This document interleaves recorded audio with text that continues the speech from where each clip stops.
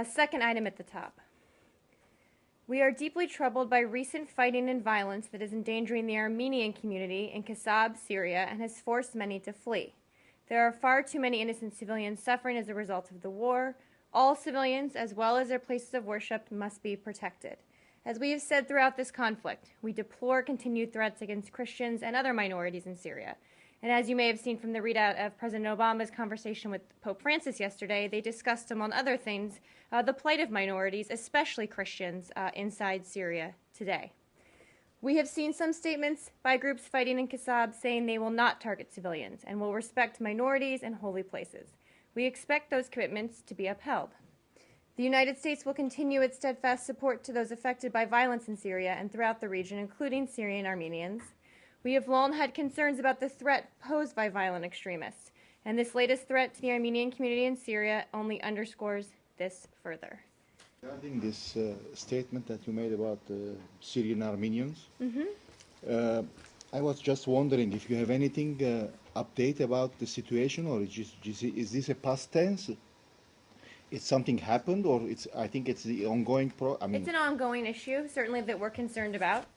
And then how you... But as I noted in my statement, though, there has been some recent fighting and an increase in violence, which is why we wanted to note it specifically today.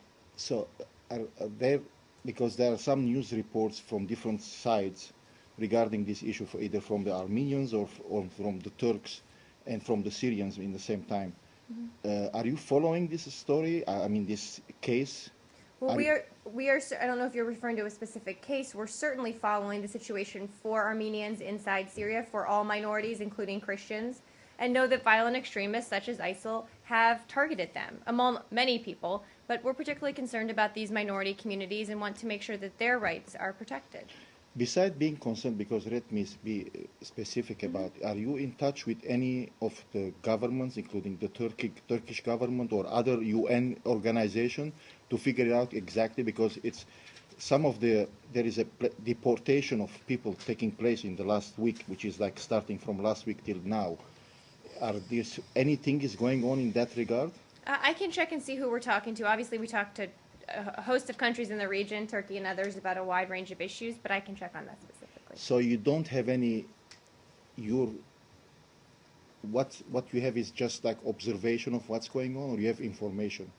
Well, I think we have both, right? We've seen reports, as I said, recent fighting, violence against the Syrian Armenian communities. We see the reports coming out of there. Obviously, we try to get as much information from the ground as possible, as we do in all places in Syria, but it's hard to get. But clearly there have been some very troubling trends lately. Because according to some reports that those people were Jabhat al-Nusra people. I'm not sure if you mentioned them in the statement or not. Well, what I'm talking about is extremist groups like ISIL attacking innocent civilians, in this case the Syrian Armenian community, a minority community, as they have with other minority communities, Christian communities and others inside Syria. So this is what I'm talking about, is those kinds of attacks. I know there are a lot of dynamics broadly here in the Syrian conflict, but I was speaking to one specific dynamic. There is another thing which is related about this. When you mentioned the president and he raised the issue with the Pope, or the Pope raised it with him the issue. It. Maybe I'm not, to be more accurate. Is this issue is raised with the Syrian opposition people? Because, it's like sometimes they don't, according to what I heard last week from the Ambassador Ford, that definitely they are usually avoiding to condemn publicly what's going on by Islamic groups or a jihadist group in Syria. Well, let's be clear when we're talking about the opposition, to be very clear that the violence I'm talking about is being perpetrated by groups like ISIL. So not the moderate opposition, not the folks we work with repeatedly and consistently on things inside Syria. I think that the opposition has been very clear in condemning extremism and saying they will fight extremism inside Syria, and that's something they're committed to, absolutely. They've said that for many, many months. Thank you. Yes. On Syria. Okay. According to reports in Turkey, the foreign minister, Mr. Davutoglu, planned a provocative act inside Syria, so Turkey has the excuse to invade Syria. Do you want to comment on this? Are you referring to an alleged phone conversation? Yes. As I said yesterday, I don't have anything for you on alleged calls or conversations that are out there among Turkish officials. Yeah, but Mr. It's not for me Davutoglu, to comment. Mr. Davutoglu said that the tape is genuine. Again, not for me to comment on those allegations that are out there.